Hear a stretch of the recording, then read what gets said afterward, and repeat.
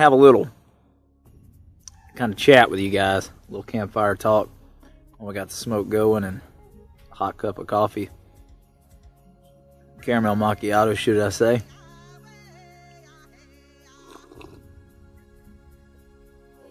But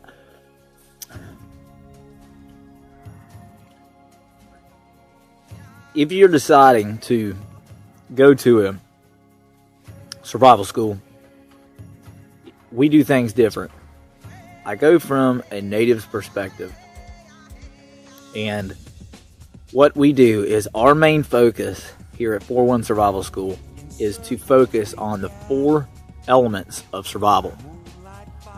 Those 4 elements being food, water, fire, and shelter.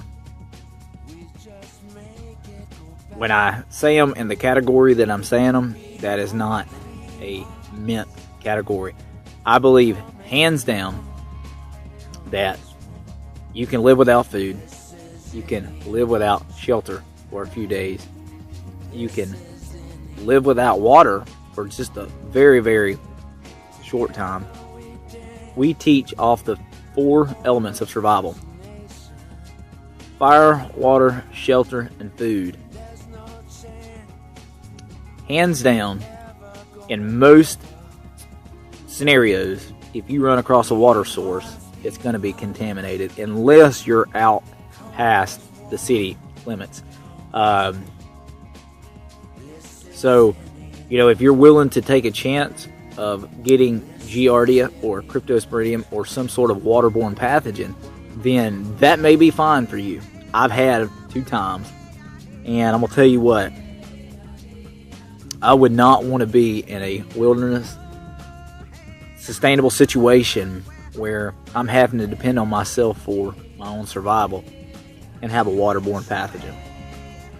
It was bad enough being at home with that pathogen from an experience that I'd had in Wisconsin.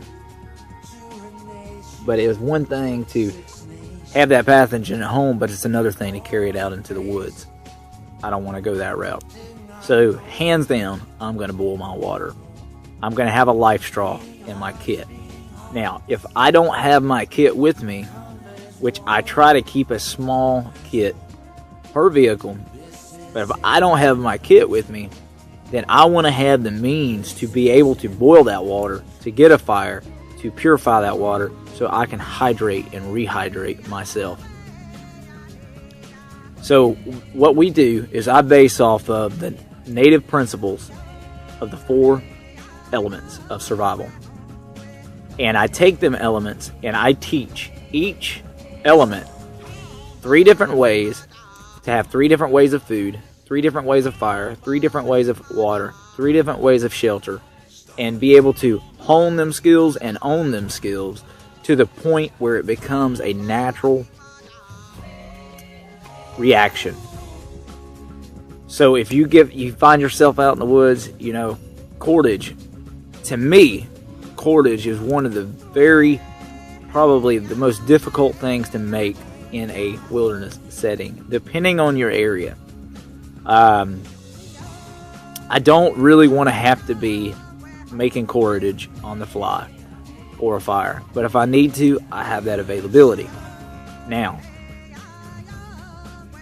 once you pass the 4 elements of survival, then we do what is known as a vision quest, where you take all 4 elements and bring them into harmony with one another, and you do your vision quest. Once you graduate vision quest advanced class, then you receive your woodsman name, your survival Native American name, and we send you on your way. Guys, this is Native with 4Winds Survival School. Appreciate you guys stopping by. Enjoy this hot cup of caramel macchiato with me.